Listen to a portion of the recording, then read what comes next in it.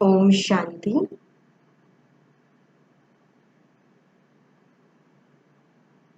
ओम शांति। चलिए कुछ देर साइलेंस में बैठते हैं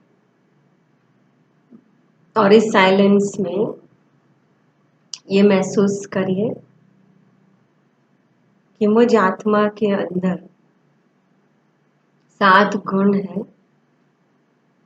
प्रेम, सुख, शांति, आनंद, ज्ञान, शक्ति, पवित्रता, जिनको आज हम बाहर ढूंढते थे आज तक। वो बाहर नहीं है पर कहीं ना कहीं मुझ आत्मा के अंदर है। ये महसूस करते हैं।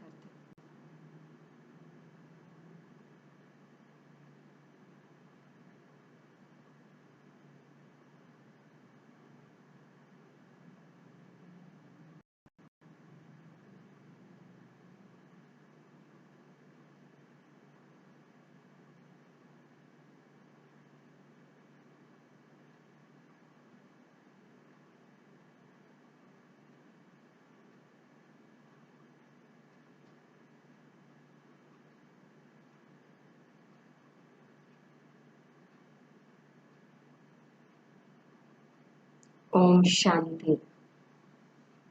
हमने जो लास्ट बात कही थी कि कैसे मुझ आत्मा के कर्म ही आत्मा के साथ जुड़े हुए हैं। हमने देखा कि हमारा जो एक एक संकल्प है, हमारा जो एक एक कर्म है, जैसे सोचना, उठना, बैठना, बोलना, तो कहने का भाव कि हमारा सोचना मतलब संकल्प भी एक कर्म है और हमारा कर्म वो एक बीज के समान है।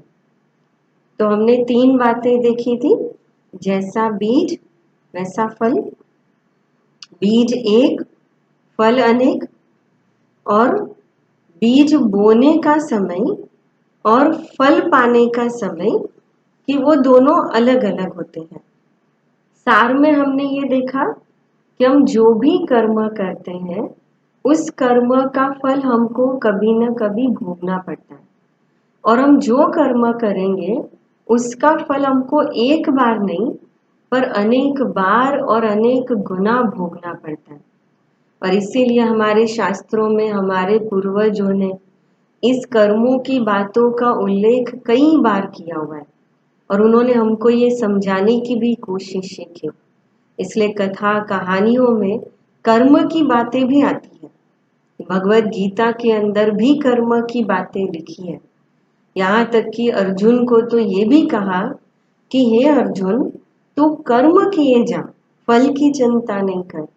माना कि आज जो मैं कर्म कर रही हूँ उस कर्म के अंदर मेरा जो भाव है वो इतना निस्वार्थ भाव है कि मुझे फल अच्छा मिले, इसलिए मैं आज कर्म करूं, ये भाव भी हमारे कर्म में हो। और इसीलिए परमात्मा हमें रोज यहाँ पर ये ज्ञान की बातें सुनाते हैं। जैसे हमने लास्ट में ये भी देखा कि कैसे परमात्मा कभी हमारे कार्मिक अकाउंट में इंटरफियर नहीं करता, क्योंकि परमात्मा वो सर्वोच्च शक्ति है, परमात्मा वो शिक्षक है, परमात्मा वो माता पिता है कि जो माता पिता मुझ आत्मा को गाइड करता है, जो माता पिता मुझ आत्मा को अच्छे से अच्छी एक जॉब देने के लिए या मुझ आत्मा को वो शिक्षा देने के लिए समझ देता है, पर वो परमात्मा कभी ये नहीं करेगा कि जैसे मुझ आत्मा के जीवन में कभी कोई दुख आए ही नहीं या मुझ आत्मा के जीवन में कोई परिस्थिति ही नहीं आए।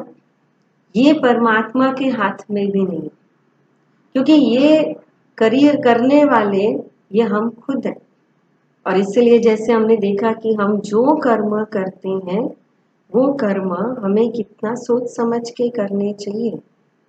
और इसीलिए जब वो श्रेष्ठ कर्म की श्रृंखला बनती जाती है, जब वो श्रेष्ठ कर्म की एक माला बनती जाती है, तब ऑटोमेटिक मैं आत्मा शक्तिशाली बनती जाती हूँ।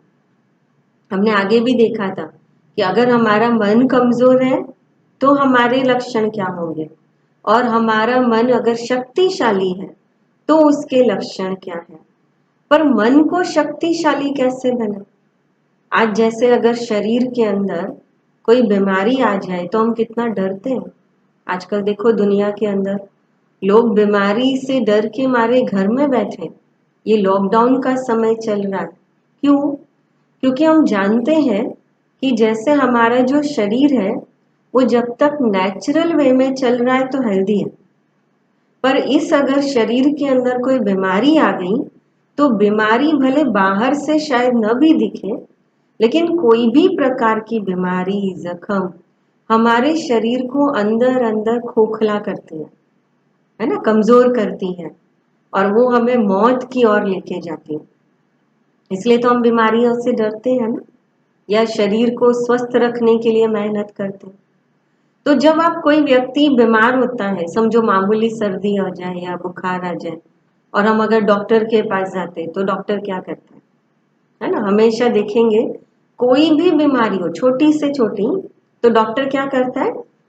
3 बातें, एक डाइट, दूसरा exercise, and third one rest, है ना। वो या तो आपको डाइट देगा, जैसे अगर सर्दी है या खांसी है या बुखार है तो कहेगा ठंडा बिल्कुल नहीं खाओ। अगर डायबिटीज आपका बढ़ गया है तो बोलेगा शुगर मत खाओ। अगर बीपी बढ़ गया है तो बोलेगा नमक मत खाओ। तो माना डाइट, तो माना दवाई तो देगा ही, ये तो बोलेगा कि ये खाओ ये खाओ ये खाओ, तो मतलब दवाई भी देगा और साथ में डाइट भी देगा। अगर समझो कोई ऐसा कहे कि मैं डॉक्टर साहब मैं दवाई तो खा लूंगा जितनी आप दो, लेकिन मैं डाइट नहीं कर सकता हूँ, मैं शक्कर तो खाए बिना नहीं रह सकता हूँ, चलेगा? नहीं, क्योंकि जितना इम्पोर्टेंट दवाई का है उतना ही इम्पोर्टेंट जी डाइट का है। उसी प्रकार अगर मुझे अपने मन को स्वस्थ रखना है तो हमारे मन की भी डाइट है। अच्छा, गोली क्या है? मन की विटामिन क्या है? तो गोली है मुरली, जो हम यहाँ पर रोज परमात्मा के महावाक्य सुनते हैं, ज्ञान सुनते हैं। आप देखेंगे हर ब्रह्मा कुमारी सेवा केंद्र के ऊपर अलग अलग क्लासेस चलते हैं, जो ये 7 डेज कोर्स भी कर रहे हैं, इसको हम मुरली कहते हैं। और या जिसको परमात्मा के महावाक्य कि जो हमारे लिए गोली का काम करता है, हमारे लिए एक शक्ति का काम करता है, और उसी के साथ परमात्मा लेकिन हमें डाइट भी देता है। लेकिन ये कोई फोर्स नहीं है, ये सिर्फ एक समझ है। जैसे एक डॉक्टर है, एक डॉक्टर आपको डाइट देगा कि भाई आज से शक्कर बिल्कुल बंद, आज 1 चम्मच बोला था अब 1 चम्मच भी बंद, क्या करेंगे, है ना। जैसे समझो आप कहीं शादी आदि में गए तो क्या होगा, वहां तो स्वीट डिश भर भर के रखी हुई है, नमक वाली चीजें भर भर के रखी, अब वो लेना या नहीं लेना वो तो आप डिसाइड करोगे। डॉक्टर आपको गाइड कर सकता है कि भाई नमक मत खाओ, शक्कर मत खाओ, लेकिन डॉक्टर घर पर आकर के तो आपके पास ध्यान नहीं रखेगा ना। अगर कोई ये व्यक्ति कहे कि अरे डॉक्टर आप खुद शक्कर खाते हो, हमको मना कर रहे हो, पहले आप छोड़ो फिर मैं छोड़ूंगा, तो डॉक्टर क्या करेगा, है ना, बंद करेगा? नहीं। आज घर में एक को भी अगर डायबिटीज हो जाए तो सारे घर वालों की शक्कर बंद नहीं होती है, जिसको हुआ है उसकी बंद होती है। तो उसका भाव क्या, कहने का भाव जी, कि माना परमात्मा भी जो हमें परहेज देता है, भले वो सबके लिए भी हो, लेकिन वो परहेज हमें बताता है। अगर मुझे कोई सिम्टम नजर आते मेरे मन के अंदर तो शायद वो परहेज की मुझे जरूरत है, लेकिन कौन सी परहेज? तो परमात्मा मुझे जो परहेज देता है तो वो है 2 बातों की परहेज। एक डाइट, माना खाना और नहीं खाना। तो मन का भोजन क्या है? विचार, है ना, मन का भोजन है संकल्प। तो एक है संकल्प, तो एक क्या खाना है? तो रोज जो हम परमात्मा के महावाक्य सुनते हैं, माना हम नए संकल्पों को अपने अंदर लेते हैं, ये हमारी डाइट, मतलब मुझे खाना है। अब क्या नहीं खाना है, तो आपने देखा होगा कि ब्रह्मा कुमारी के अंदर अ, हर एक के अंदर यहाँ पर प्याज लहसुन नहीं खाते, नॉनवेज नहीं खाते।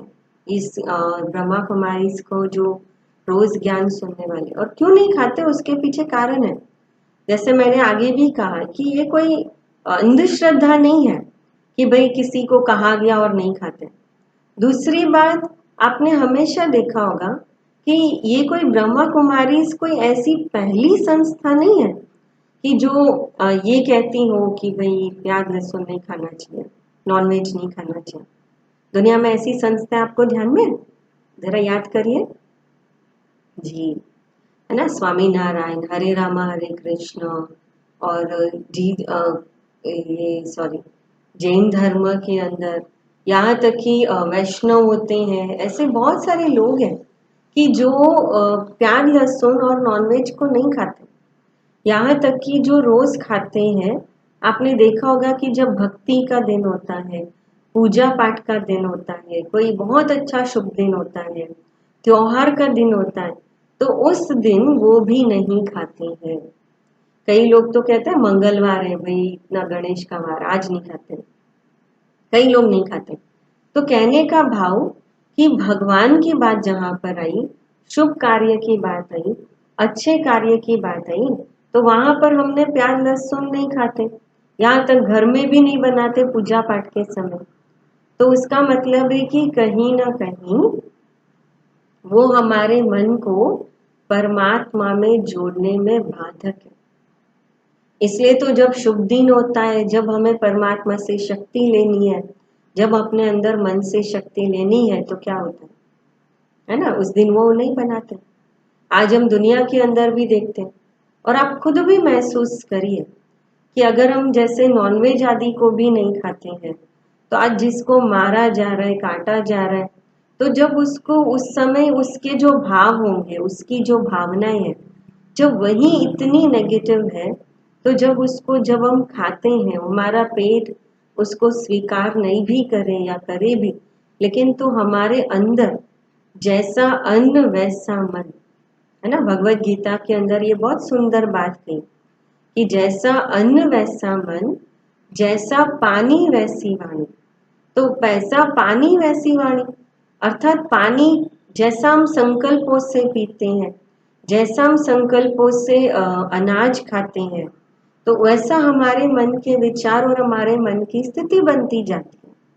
और इसलिए आपने देखा होगा कि जैसे नॉनवेज है, आपने देखा होगा जब कोई व्यक्ति मर जाता है, तो उस व्यक्ति जब मर जाता है ना, और उसकी डेड बॉडी के अगर हम नजदीक भी जाते हैं, तो आपने देखा होगा हम घर पर आकर तुरंत स्नान करते हैं।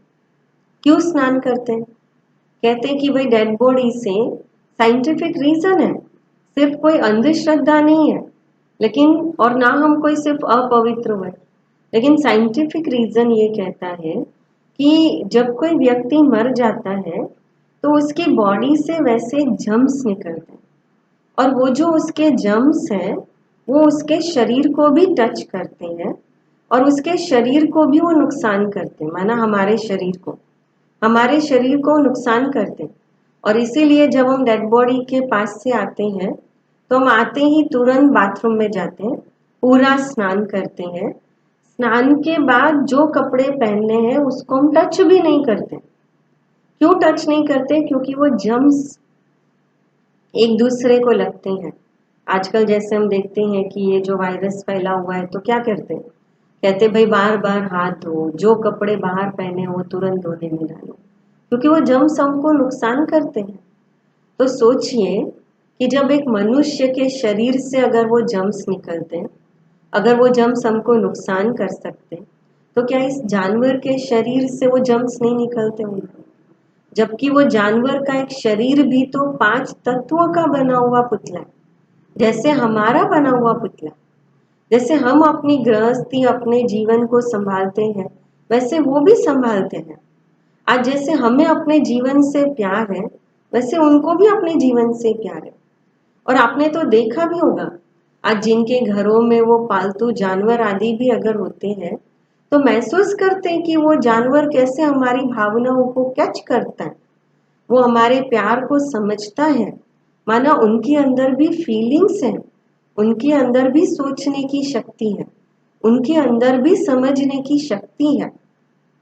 तो आज जब उनके सामने कोई चाकू लेके आ रहा है, कोई उनको पकड़ करके ले जा रहा है, तो आप खुद सोचिए उनके अंदर की भावनाएं कैसी होगी।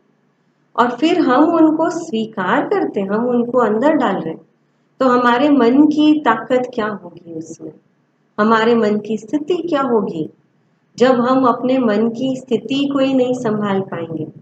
और इसलिए आप देखेंगे कि जो प्याज लहसुन या नॉनवेज आदि खाने वाले जनरली होते हैं, ज़्यादा खाने वाले भी, तो देखेंगे कि वो क्या करते हैं, बहुत ज़्यादा अग्रेसिव होंगे, अल्सर वाली या बीमारी, या उनको बहुत सारी बीमारियां और बातों की कंप्लेन होती है, या वो हमेशा कहेंगे उनका मन एक बहुत गर्म रहेगा दिमाग, और जल्दी वो किसी को सहन नहीं कर सकते, तो वो बहुत डिस्टर्ब रहेंगे, या उनका मन बहुत चंचल होगा, क्योंकि जैसा अन्न वैसा मन। तो फिर क्या खाना चाहिए, क्योंकि प्याज लहसुन के लिए भी कई लोग कहते हैं कि भाई वो तो चलो अच्छी बात होती, डॉक्टर तो कहते हैं वो इसके लिए अच्छा होता है, हेल्थ के लिए। नो डाउट, जरूर हेल्थ के लिए अच्छा है, पर आप खुद सोचिए, कुदरत की बनाई हुई चीज, हर चीज हेल्थ के लिए अच्छी होती है, क्योंकि हर एक चीज में कोई ना कोई विशेषताएं जरूर है, विटामिन जरूर होते हैं।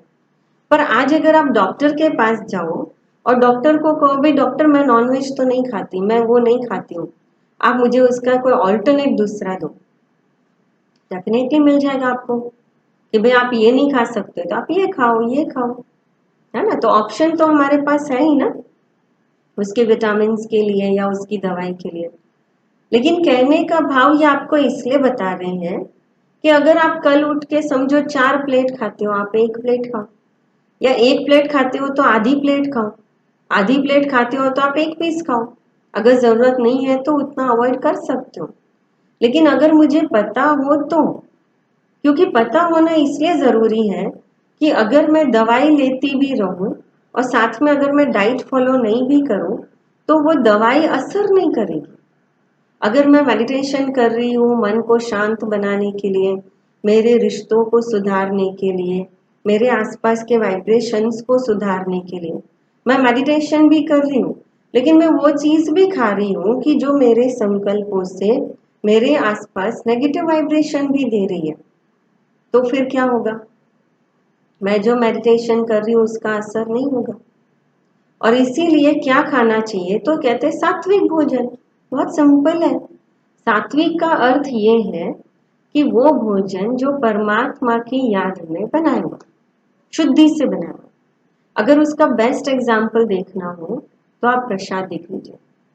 समझो कहीं सत्यनारायण की पूजा है और आपके साथ एक बच्चा छोटा और आप सत्यनारायण की पूजा में गए, और वहां पर एक छोटा वो कहते हैं ना वो पुड़ी में प्रसाद मिला। अब वो प्रसाद जैसे ही आप लेकर आ रहे थे और घर में पहुंचे और समझो थोड़ा प्रसाद गिर जाता है, तो आप वो बच्चे को भी उस प्रसाद का महत्व समझा के खिलाते हो कि देखो ये प्रसाद है, इसको फेंकते नहीं है, ये बहुत वैल्यूएबल है। और समझो दूसरे दिन वही बच्चा कुछ स्वीट खा रहा है और वो गिर गया, और तुरंत वही चीज या वही शीरा और तुरंत उठा करके मुंह में डालने जा रहा है, तो हम तुरंत बच्चे को क्या सिखाएंगे, हम तुरंत देखेंगे तो बच्चे को सिखाएंगे नहीं नहीं नहीं नहीं, हाँ ये चीज गिरी हुई चीज कभी नहीं खानी चाहिए। अब वो बच्चा अगर आपको क्वेश्चन करे कि कल जब गिरा था तो आप मुझे खाने को कह रहे थे, और आज आप जब गिरा है तो उसको फेंकने को कह रहे हो, जबकि शीरा बनाने वाला शक्कर या डब्बा ही एक है, बनाने वाली माँ भी एक है, हाथ भी एक है, विधि भी एक है, तो क्या जवाब देंगे आप ये कहेंगे कि कल जो था वो प्रसाद था और आज जो है वो नॉर्मल है या खाना है? नहीं। क्यों फर्क है दोनों में? ये फर्क ये है कि भले सब कुछ सेम है, पर सब कुछ सेम होते हुए भी फर्क जो है, माना अंतर जो है, वो बनाते समय की विधि में नहीं है, पर बनाते समय के भावों में है। कि जब घर में शीरा बना रहे थे तो सोचा इतने मेहमान आने वाले, फलाने को बहुत पसंद है, इसको बहुत पसंद है, और हमने वो बना दिया। माना मनुष्यों की याद में जिसके मन ही कितने कमजोर है। और यहाँ जब प्रसाद बन रहा था तो हम किसी मनुष्य को नहीं याद कर रहे थे, भगवान को याद कर रहे थे कि भगवान का प्रसाद है। और इसलिए जब बन जाता है तो भी वो कटोरी में क्या करते हैं, भगवान के आगे पहले रखते हैं। फिर सारे में जब मिक्स किया जाता है तो वो प्रसाद बन जाए। माना प्रसाद का महत्व कितना है, क्योंकि वो भगवान की याद में बना हुआ है, भाव से बना हुआ है। और इसलिए आप देखेंगे ना, इतने से प्रसाद में भी कितनी ताकत होती है। किसी को रसगुल्ले बहुत पसंद होंगे, किसी को शीरा बहुत पसंद होगा। हमने देखा है जब यहाँ वो जैसे ही हाथ में आता है शीरा तो तुरंत मन के भाव चेंज। किसी को ऐसे शीरा बहुत पसंद होगा, 2 कटोरी खा लेंगे, किसी के लिए नहीं बचाएंगे। लेकिन प्रसाद के रूप में मिलेगा तो पूरा का पूरा नहीं बचाएंगे, खाएंगे नहीं और कहेंगे घर वालों के लिए लेके जाता हूँ, सबके लिए लेके जाता हूँ, सबको खिलाऊंगा, इतना इतना भी सबको खिलाएंगे। सोचिए कितनी निस्वार्थ वृत्ति। माना जैसे ही वो भाव से बना हुआ हाथ में आया, जैसे ही उसको देखा भी, तुरंत हमारे भाव चेंज हो गए। क्यों चेंज हुए, वृत्ति क्यों चेंज हो गई, क्योंकि उसके बनाते हुए समय के अंदर बहुत प्योर थे, वाइब्रेशन थे। तो क्या यही भाव प्रसाद हम रोज नहीं खा सकते, है ना, जरूर खा सकते हैं। इसलिए डाइट का मतलब है कि हम रोज जो भोजन खाते हैं, रोज जो हमारी बहनें भोजन बनाती है, वो भगवान की याद में बने, बहुत प्यार से बने। आप चाहे तो कोई भजन गीत चालू कर दो, कोई गीत चालू कर दो, या टीवी में जो अच्छे न्यूज़ आते हैं, हमारी ब्रह्मा कुमारी इसकी 24 चैनल, और पीस ऑफ माइंड करके चैनल आती है, अवेकिंग करके चैनल आती है। तो ऐसी कोई चैनल लगा दो कि जो चलती रहे, लेकिन आपके मन में कोई अच्छे विचार भी आते रहे, और आप भोजन बनाओ। और फिर देखो कि वो भोजन खाने वाले के मन के विचार कैसे पावरफुल होते हैं और कैसे श्रेष्ठ होते जाएंगे। और वो डेफिनेटली होंगे, लेकिन उसके लिए थोड़ा सा मेहनत करनी पड़ेगी, है ना। और इसलिए ये है डाइट। तो डाइट इसलिए आपको बताइए क्योंकि आपको पता तो होना चाहिए ना। अगर कोई डायबिटीज वाला है, वो शक्कर खाते जा रहा है, उसको पता ही नहीं है, तो क्या होगा, उल्टा हो जाएगा। और इसीलिए हम आपको बता रहे हैं कि हमें सच में अपने मन को शक्तिशाली बनाना है, मन को शक्ति से भरपूर करना है, मन को शांत करना है। तो कहीं ना कहीं थोड़ा सा डाइट को फॉलो होना चाहिए, अगर मन को हेल्दी रखना है, एक्टिव रखना है तो। दूसरा है एक्सरसाइज। एक्सरसाइज का मतलब ये है कि जैसे हम एक्सरसाइज करते हैं तो क्या करते हैं, हम एक्सरसाइज में जनरली क्या करते हैं, हमारे जो बॉडी पार्ट होते हैं हम उसको स्ट्रेच करते हैं। और स्ट्रेच करते हुए कि हाथ नहीं चल रहा है तो भी उसको थोड़ा स्ट्रेच करते हैं, और स्ट्रेच करके हम उसको मूव करते हैं। उसी प्रकार हमारे नॉर्मल लाइफ में हम टेंशन लेना, डरना, ये सब हम बहुत नॉर्मल सोचते हैं कि ये तो बहुत नॉर्मल है, बट एक्चुअली ये नॉर्मल नहीं है। टेंशन, स्ट्रेस, डर, अगर मुझे सच में उसको कम करना है, मुझे सच में उससे बाहर निकलना है, तो मुझे अपने मन को एक्सरसाइज देनी पड़ेगी कि मैं कोई भी कर्म कर रही हूँ, कुछ भी चल रही हूँ, कर रही हूँ, फिर भी मैं अपने आप पर अटेंशन दूँ, ध्यान रखूँ, और ये करूँ कि मैं बार बार अपने आप को अलर्ट करते हुए ये सोचूं कि मुझे अपने आप पर ध्यान देना है। और अपने मन को अगर कहीं नेगेटिव जा रहा है तो एक्सरसाइज ये है, खींच के लाओ, और खींच के लाके उसको जबरदस्ती पॉजिटिव सोचो, सोचने पे मजबूर करो कि नहीं, मुझे जो हो जाए, कुछ भी हो जाए, अच्छा सोचना ही है। तो ये हमारी एक्सरसाइज है, और ये प्रैक्टिस से हो जाएगी। जैसे एक्सरसाइज शुरू करते हैं तो तुरंत हैवी एक्सरसाइज नहीं करते, पहले थोड़ा लाइट वार्म अप करते करते करते फिर हैवी करते हैं। उसी प्रकार आप छोटी से संकल्प को मोड़ने की शुरुआत करें, क्योंकि हमारा जो मन है, हम उस मन को शून्य लेवल पे कभी नहीं ले जा सकते। हाँ, लेकिन ये है कि हम अपने मन को एक नई दिशा दे सकते हैं, हम मन को डाइवर्ट कर सकते हैं।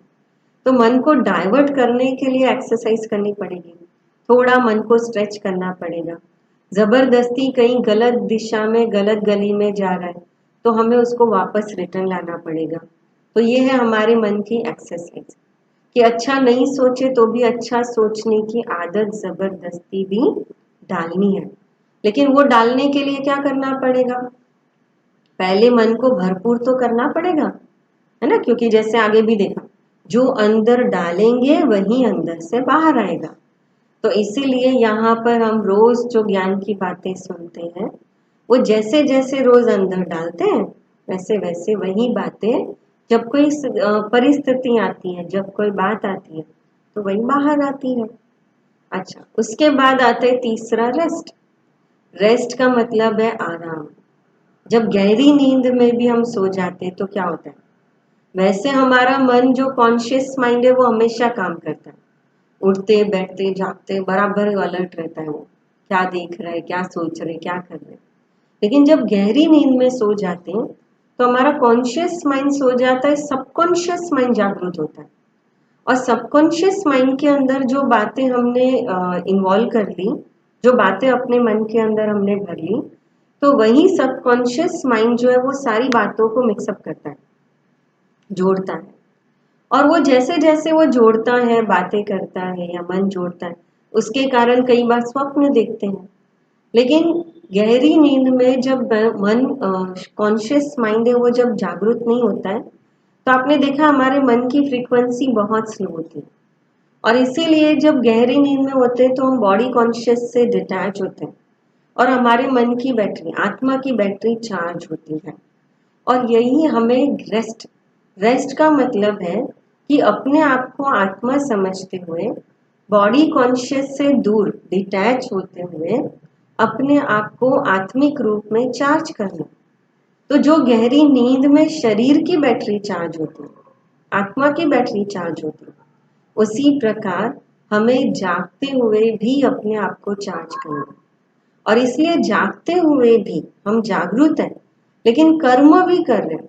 तो कर्म करते हुए भी जब बार बार मैं अपने आप को आत्मा समझूंगी तो अपने आप मुझे आत्मा की बैटरी चार्ज होती जाएगी।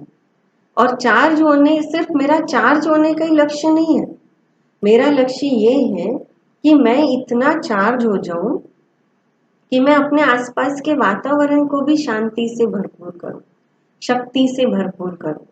और इसलिए मुझे परमात्मा से अपना कनेक्शन जोड़ना पड़ेगा।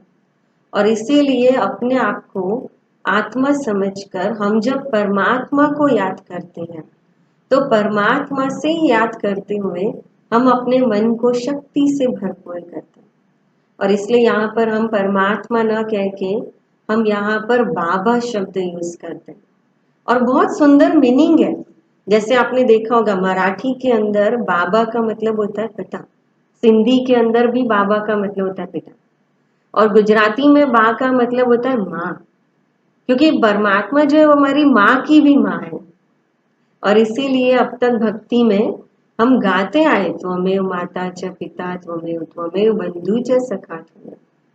किसी ने अपने संबंधों से रिश्ते नहीं जोड़े। कभी किसी बच्चे ने ये नहीं कहा आप मेरे माता पिता के माता पिता है तो मेरे दादा दादी हो गए। किसी भी बहन ने ये नहीं कहा कि मेरे पति के माता पिता हुए तो मेरे सास ससुर है। भगवान के साथ मंदिर में जाने वाले या नहीं जाने वाले, जब भी भगवान को जिस रूप में भी जिसने याद किया उसने एक ही संबंध जोड़ा, त्वमेव माता च पिता त्वमेव। कहने का भाव कि वो हमारा माता पिता है और इसलिए हम उनको प्यार से बाबा कहते हैं।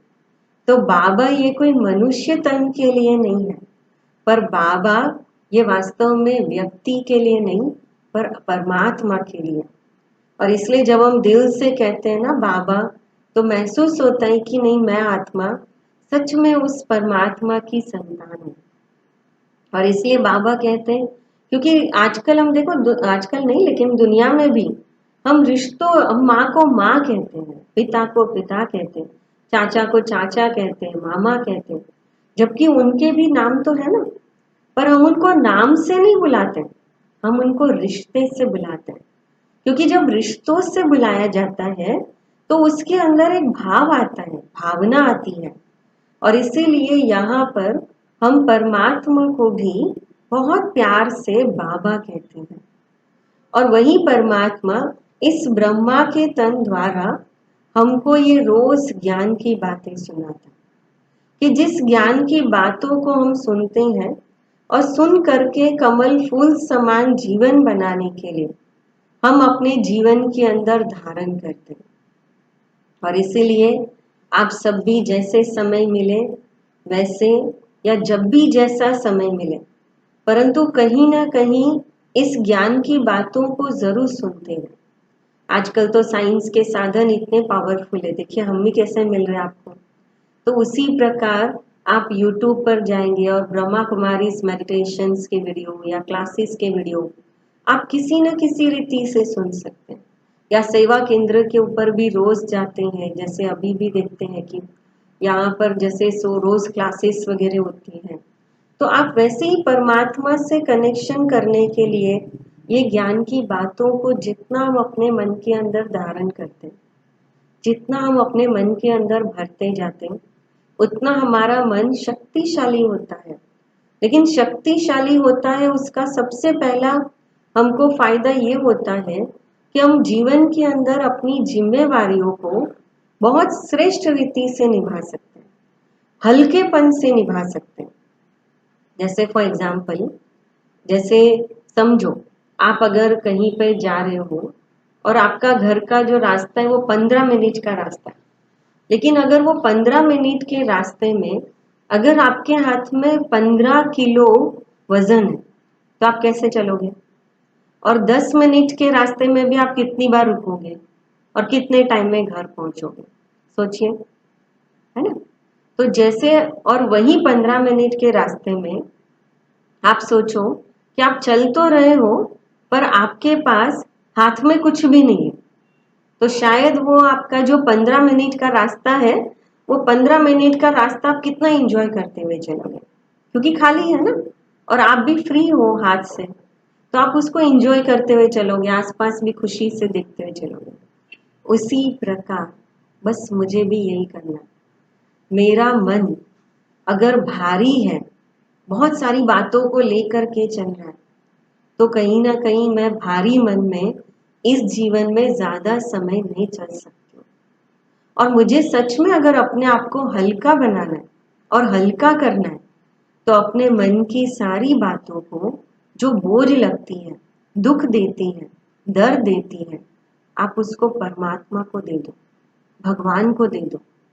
एक बार दे के तो देखो, वो आपके मन की सारी बातों को लेके आपको हल्का कर देगा। हाँ, लेकिन उसके बदले जैसे गुब्बारा होता है, गुब्बारे के अंदर अगर गैस भरी जाए तो वो गुब्बारा जमीन पे कभी नहीं रहता, जबकि गुब्बारा खाली हो तो वजनदार है, लेकिन उसके अंदर जो गैस भरते हैं वो गैस के अंदर इतनी ताकत है कि वो गुब्बारे को भी उड़ा कर ले जाती है।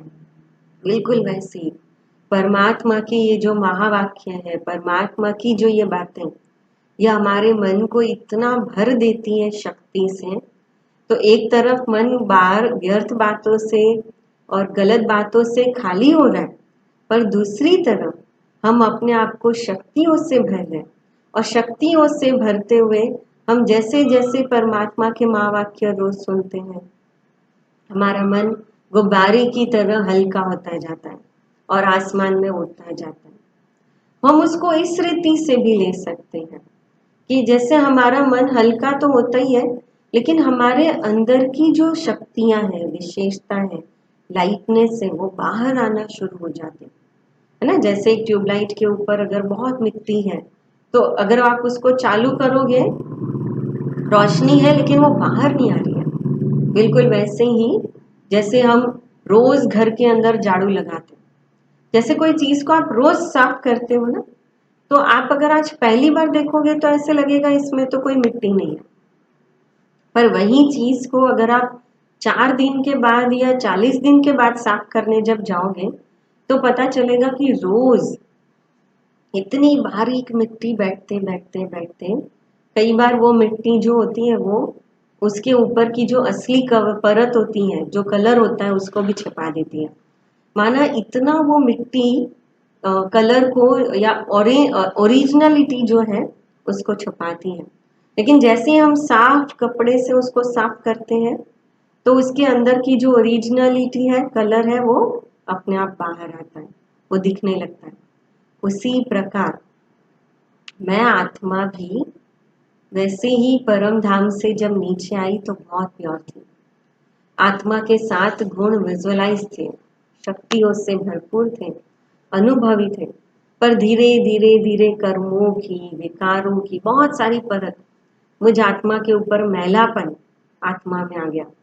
और भगवत गीता में भी है कि मलिन मन कभी परमात्मा में नहीं लग सकता। और इसीलिए जो रोज हम ये परमात्मा के महावाक्य सुनते हैं, ये परमात्मा के महावाक्य मुझे वो शक्ति देते हैं कि मैं अपने आप को समझते हुए अपने मन को परमात्मा से जोड़ सकूं। और इसलिए ये परमात्मा के महावाक्य रोज मेरे मन की सफाई करते हैं। जैसे हम रोज घर में रहते हैं, रोज झाड़ू निकालते हैं, भले एक ही बर्तन में हम रोज खाना खाते हैं, लेकिन उस बर्तन को हम रोज खाना खाने के बाद धो देते हैं। उसी प्रकार हम मन को पूरे दिन कितना यूज करते हैं, तो क्या ये मन की सफाई जरूरी नहीं है? तो मन में कौन सा झाड़ू लगाएंगे? तो ये परमात्मा का ज्ञान ही मन का झाड़ू है, परमात्मा का ज्ञान ही बैटरी है, चार्जिंग है। ये परमात्मा का ज्ञान ही सफाई का कपड़ा है, जो हमारे अंदर की जो विशेषताएं हैं वो बाहर लेकर जाता है। और ये परमात्मा का ज्ञान ही सुगंध है, जो मुझ आत्मा के अंदर भरी हुई है, जो मुझ आत्मा से अलग है ही नहीं। बस मुझे अपने आप को थोड़ा सा अलर्ट करके इस ज्ञान को बाहर निकालना। मैं लास्ट एक बहुत सुंदर कहानी बताना चाहूंगी कि एक बार एक भाई अपने बहुत प्यारे छोटे बेटे को लेके एक मेला देखने जाता है। वो मेला अपने माँ बाप की उंगली पकड़ते हुए गोदी में उस मेले को बहुत एंजॉय करता है। आसपास देखता है बहुत सारी दुकानें हैं, बहुत सारे अलग अलग लोग हैं, शोर है, वो खुश हो जाता है। उतनी देर में उस मेले में एक जुलूस निकलता है, और जब वो जुलूस निकलता है तो वो जुलूस के अंदर भी अलग अलग एनिमेटेड जो कैरेक्टर होते हैं वो असलियत में रियल में बने होती हैं, मतलब ड्रेस पहनकर। जैसे मिकी माउस है, गोरिल्ला है, तो कोई ये बना है, डायनासोर बना है, अलग अलग होते कैरेक्टर एनिमेटेड। तो उसमें जो एक गोरिल्ला बना होता है, वो जो गोरिल्ला है वैसे ही उसका जो वेश होता है वो सच में गोरिल्ला जैसा डेंजर। तो इसलिए वो सबके साथ खेल रहा होता है। पर जैसे ही बच्चे के नजदीक आता है तो वो बच्चा डर जाता है, और वो बच्चे से जैसे ही खेलने की कोशिश करता है वो बच्चा और डर जाता है, और इतना डर जाता है कि बच्चा रोने लगता है। तो वो जो गोरिल्ला बना हुआ व्यक्ति था वो समझ जाता है बच्चे के भाव को। तो वो क्या करता है कि वो अपना गोरिल्ला का सिर जो था वो उतारता है, और उतार करके वो बच्चे को बहुत प्यार से देखता है। तो जब वो बच्चा भी देखता है कि अच्छा ये तो कोई सच में जानवर नहीं लेकिन एक इंसान है, इंसानों से वो डर नहीं रहा है क्योंकि आसपास इंसान ही है। तो जैसे ही इंसान को देखता है तो वो रोना बंद हो जाता है। अब रोना तो बंद हो गया, अब वो उसके साथ थोड़ा खेल रहा है। तो अभी भी उसने ड्रेस पहनी है, लेकिन सिर उसका मनुष्य का है, और वो उसके साथ थोड़ा खेलता है। अब वो सिर वापस पहन लेता है, अब उसके साथ वापस खेलता है। तो अब वो बच्चा डर नहीं रहा है, अब वो बच्चा उसके साथ खेलने लगा। क्यों? क्योंकि उस बच्चे को ये समझ मिल गई कि ये जो गोरिल्ला बना था वो नकली है। माना कि उसके लिए वास्तव में असलियत में ये जो गोरिल्ला है, ये गोरिल्ला एक व्यक्ति है, हमारी तरह आम आदमी है। तो जैसे ही उसको पहचान मिली उसका डर खत्म हो गया, है ना, कितनी देर में, फ्रैक्शन ऑफ सेकेंड। बस यही तो हमें करना है कि जब हमें ये पहचान होगी, ये समझ होगी, और ये अनुभव होगा कि परमात्मा मुझ आत्मा की शक्ति है, परमात्मा ही मेरा पिता है जो सारी दुनिया को चलाने की ताकत रखता है। क्या वो परमात्मा मुझे सही दिशा दिखाने की ताकत नहीं रखता? क्या वो परमात्मा मुझे सही गाइड नहीं करेगा? जरूर करेगा। पर यह आत्मविश्वास मुझे अपने अंदर दिल से बहुत कूट कूट के भरना है। और यही हमारा आज का या हमेशा का ये होमवर्क जरूर रहना चाहिए कि मैं आत्मा परमात्मा की संतान हूँ, और जब भी अपने को आत्मा समझें, आत्मा याद करें, तो हम यहाँ पर जैसे कहते हैं ओम शांति। तो ओम शांति के 3 अर्थ हैं। ओम अर्थात मैं आत्मा हूँ, और शांति अर्थात मैं आत्मा शांत स्वरूप हूँ। दूसरा, मैं आत्मा शांति के सागर की संतान हूँ। और तीसरा कि मैं आत्मा शांति धाम की रहने वाली। हम इस दुनिया में थोड़े दिन के मेहमान हैं। अगर आपको पता चल जाए 3 घंटे बाद आपकी मौत होने वाली, तो आप क्या करोगे, है ना? और वो 3 घंटे में भी बातें आएगी, 3 घंटे में भी ऐसे लोग मिलेंगे, इरिटेट भी करेंगे, झगड़ा भी करेंगे। हम सोचेंगे जाने तो 3 घंटे ही तो है, 3 घंटे बाद तो जाना ही है इस दुनिया से। तो हम 3 घंटे क्षमा करने की भावना हमारे अंदर कितनी बढ़ जाएगी। वो 3 घंटे के लिए सहन करने का हमारा जो तरीका है वो कितना चेंज हो जाएगा। और वो 3 घंटे में हम सबको प्यार देंगे, खुशी देंगे, शक्ति शांति देंगे, है ना, प्यार देंगे। वैसे ही हम ये सोचें कि इस जीवन के अंदर भी तो हम कुछ दिन के मेहमान हैं। जब तक ये शरीर है, और ये शरीर कब छूटने वाला है ये तो हमको पता ही नहीं है। तो इस समय के अंदर मेरा एक ही भाव कि मैं आत्मा हूँ, और मैं आत्मा भी परम धाम की निवासी हूँ। पर यहाँ पर मैं आत्मा अपना रोल कर रही हूँ, अपना पार्ट निभा रही हूँ। जितना बार बार ये याद करेंगे उतना हमारे अंदर वो भाव भरता जाएगा। ठीक है। ओम शांति। चलिए परमात्मा को याद करते, महसूस करें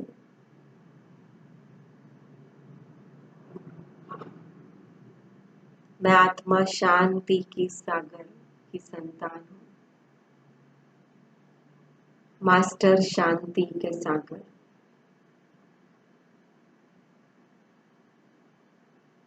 इस जीवन की यात्रा के अंदर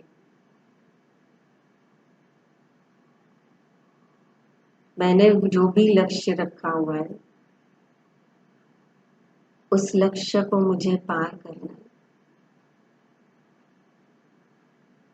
उस लक्ष्य को मुझे आगे बढ़ाना है।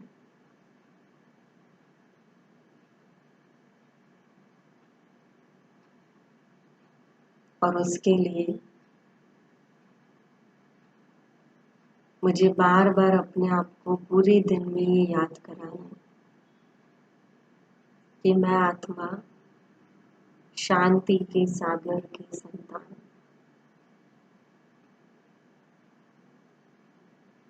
मुझे आत्मा में शांति का पाठ और शांति का स्वभाव भरा हुआ है।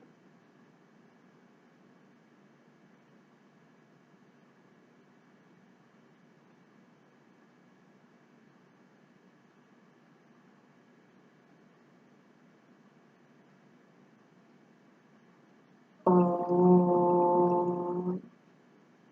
शांति शांति शांति। ओम शांति।